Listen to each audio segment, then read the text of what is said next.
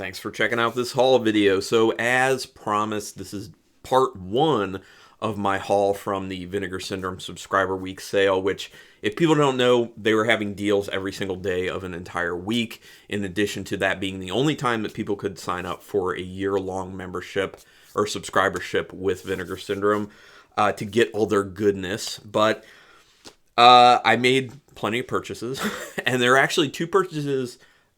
Two purchases. This mouth guard thing is causing me speaking issues, but bear with me.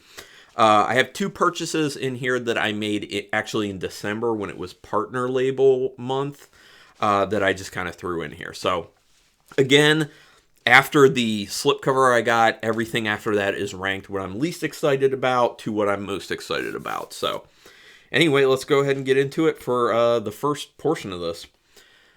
With my Vinegar Syndrome Media Club points, I got the Deadly Games slipcover. I love this film. It's one of my favorite Christmas horror movies.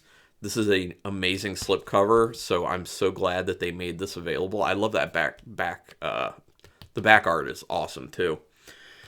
So can't wait to put this on the one that I have that's standard. All right, so first the actual movies, Mutant Hunt. This was one of their $15 slipcover specials on one of the days, and I figured for $15, I heard some pretty mixed things. Like, some people were saying this is a really good, so bad it's good, and some people were saying it's just bad. I could see people going either way on it. I already have watched it, and I enjoyed it enough for what it is. I got it for $15, so, you know, that's a pretty low price to go ahead and gamble on that. By the way, this original artwork I think is really awesome. I love the original artwork on it. And then on the inside, just that. I flip the covers. I flip all the covers if they have something different than what's on the slipcover. So just so people know. But let's read about Mutant Hunt. In the near future of 1992, robots have become a facet of everyday life. Dr. Z, the diabolical head of one of the country's top robotics firms, has developed a solution named Euphoron, which, when injected into his cyborgs, transforms them from manservant into impossibly strong and powerful killing machines in an attempt by Dr. Z to take absolute power. Realizing the implication of Z's actions, Chief Robotics Engineer Paul Haynes attempts to stop the robot takeover, only to be kidnapped along with his sister Darla. After achieving a dangerous escape, Darla then enlists the help of tough-as-grit bounty hunter Matt Riker, and the two begin a quest to destroy the murderous machines. And I just noticed I still have some of the cellophane on there, so get rid of that. It is definitely a so bad it's good type film. I could see it going either way for people, but I enjoyed it enough. I might watch this one again. It did hit that kind of satisfactory, so bad it's good note for me. So, but it, obviously of this stack, it's what I'm least excited about. But anyway, moving to the next one. Another one I have already watched at this point, and that is Shriek of the Mutated. This is one that I've seen some people saying online is kind of like a drive-in staple. Apparently it was at drive-ins a lot, but I expected it to be worse than it was because a lot of people seemed like they didn't really want this movie. Again, this was one of the $15 slipcover films. But I thought it was actually kind of fun. Like, first of all, it does play as like a so bad it's good. But then the ending actually was a pretty interesting, good ending in my opinion. So I was very much surprised by that. So again, if you like so bad it's good, ridiculous films, and abominable snowmen or yetis that look terrible on screen in a fun and funny way, this might be for you. But again, it had a good ending to it. All right. Anthropology professor Dr. Prell has invited his class to a remote cabin in the mountains to research the mythical abominable snowman. Soon after they arrive, strange events begin to befall the students, including sightings of a huge white furry creature. When several members of the group go missing, only to be discovered dead, their bodies horribly mangled, fears mount that the legendary monster is very real and out for blood, but is everything as simple as it appears. That little portion is what I'm talking about. So, I haven't watched the special features on this or Mutant Hunt, so I'm interested to get into those because I enjoyed the films enough. And yeah, Shri and Mutated. Not as bad as people would think. Pretty solid, actually. Then the next one, also one that I've seen before, Red Surf. And I hate these bottom loading things, but I got to deal with it. But like you see, it's even like stuck there. It gets stuck. There's horrible design. But anyway, Red Surf. This has a young George Clooney in it, and it is kind of like a Point Break knockoff type film. But it's actually a really good time. I thought, as far as like being a drama film, pretty solid. Yeah, open it up, and on the inside you got this one. You got that, and you got a poster over here. I did like this. I will watch this again. If Point Break knockoff sounds fun, it's a good one.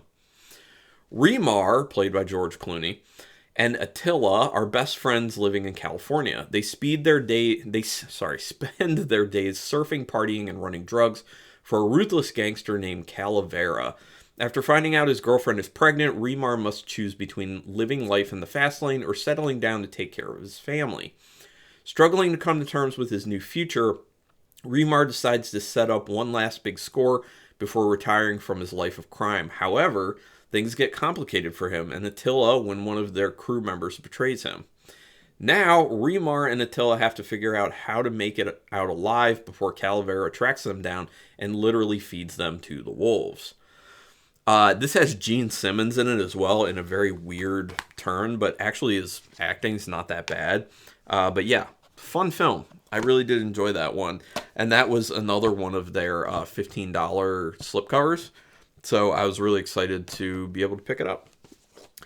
The next film is one that I've also already watched. And this is one of the films I was saying I ordered during December for their partner label month. And that is, no, not Time Striker as it says. Top Knot, well, I guess I put it this way for you. Top Knot Detective is what the film is. This one is a lot of fun. This is put out by Umbrella Entertainment out of Australia. So it is an Australian film. This is actually a mockumentary, a pretty fun comedic mockumentary, intentionally comedic. I have watched the special features on this as well. I mean, that'll give you an idea right there of kind of like how ridiculous and over the top the film is. But I'll obviously read about it as well. And they've got like a booklet in here. And one of the things I like with Umbrella, a lot of the times they will put in the soundtrack. Don't really feel like I'm super excited to listen to the soundtrack of this one again, but there's another Umbrella Entertainment one that I'm about to do in a little bit that I definitely want to listen to the soundtrack of. Anyway, let's talk about Top Knot Detective.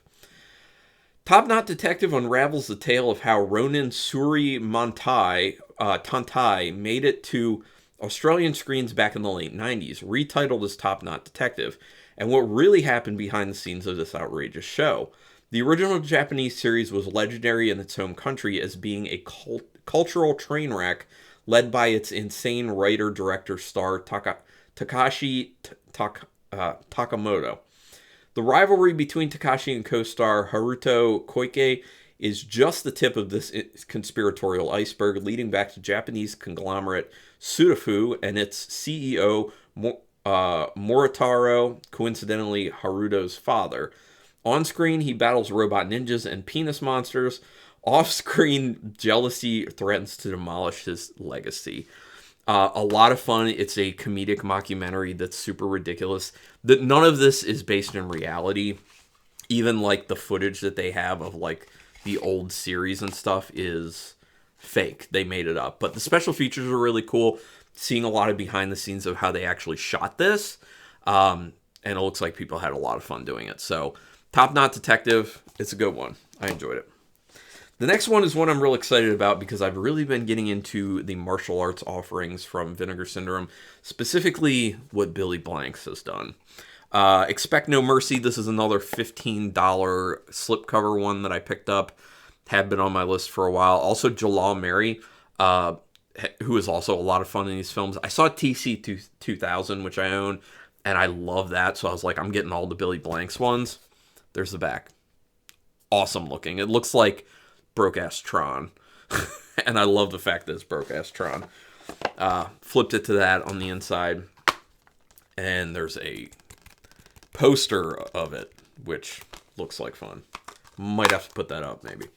All right, Expect No Mercy. Justin Vanier, played by Billy Blanks, is a highly trained and deadly agent for an elite police force known as the Federal Security Bureau. After a fellow undercover agent turns up dead, Justin is recruited to infiltrate a high-tech martial arts training facility known as the Virtual Arts Academy, where students are trained in combat situations using virtual reality. Once inside the facility, Justin is to make contact with another undercover agent named Eric, played by Jalal Mary, who believes that the academy is really a front for a team of hired assassins run by their power-hungry leader, Warbeck.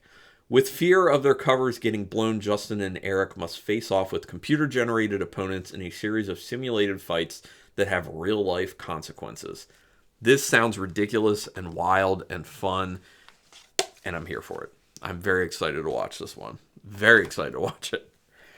All right, so the next one, I only have 3 left here. But the next one is another one I watched. This is the other one that's from Umbrella Entertainment, and the one where I definitely want to listen to the soundtrack because it is included in here, and that is Sons of Steel.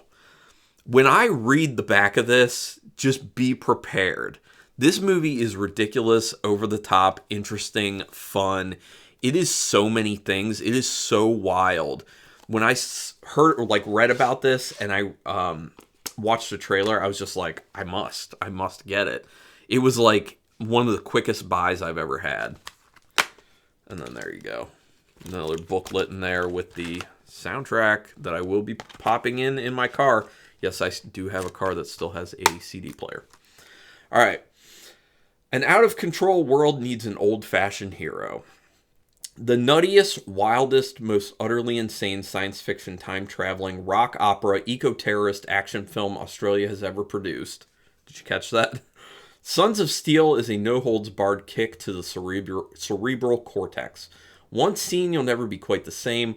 World-famous hair metal impresario and eco-warrior Black Alice is imprisoned in a stasis hologram by the dictatorial leaders of Oceania, the corporate entity that now rules what was once Australia. Trapped in endless slumber for eons until he is accidentally freed by 2 barbarian warriors who patrol a vast wasteland, Black Alice learns that the home he once knew was destroyed by an adrift nuclear sub that floated into Sydney Harbor. Determined to undo the sins of the past, Black Alice must travel back in time to stop evil scientist and corporate stooge Secta from destroying everything and everyone he holds dear. Sorry, my reading on that was really bad because the print on this is very, very small. I have to basically put it on my face to read it, but this is so much fun. Didn't that sound wild? It is wild. It is so much fun. It is a great time, and the musical aspect of it, I didn't know how that was going to be, but it really works because the songs are legit good. I really enjoy this one.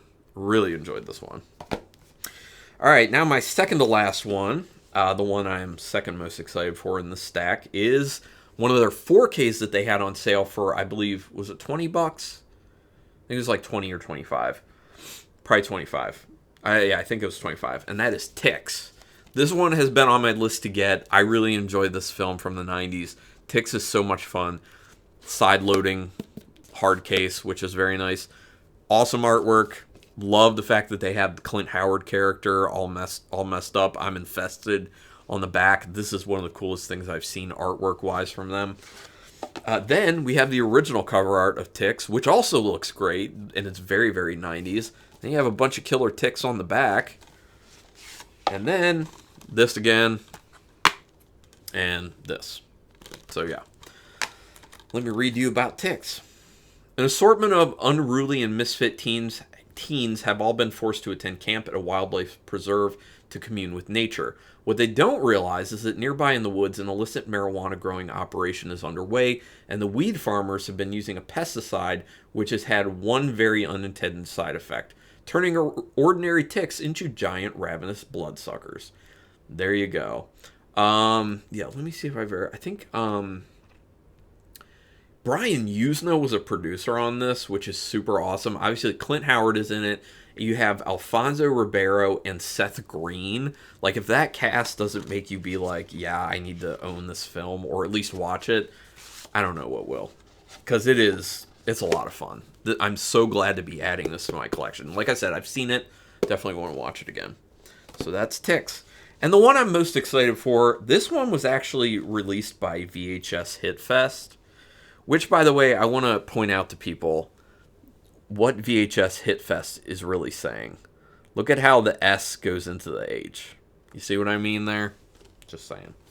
So this was a 4th release that they did based off the numbering here, and it is Justice Ninja style. So what they do, as a VHS Hit Fest says, they do like all shot on video film. So a lot of those I'm not going to end up buying. But this one looked too good to be true. This was one of the $15 slipcover films that they had one of the days, and I was like, I need this in my life. When I watched the trailer for it, it looks horrible, but it looks amazing horrible. I mean, look at the original artwork. That looks terrible. That looks just straight up awful, and I'm here for it. Then you got that on the inside. All right, get that to close. Brad Tolan is a martial arts instructor who moves to DeSoto to open a karate school.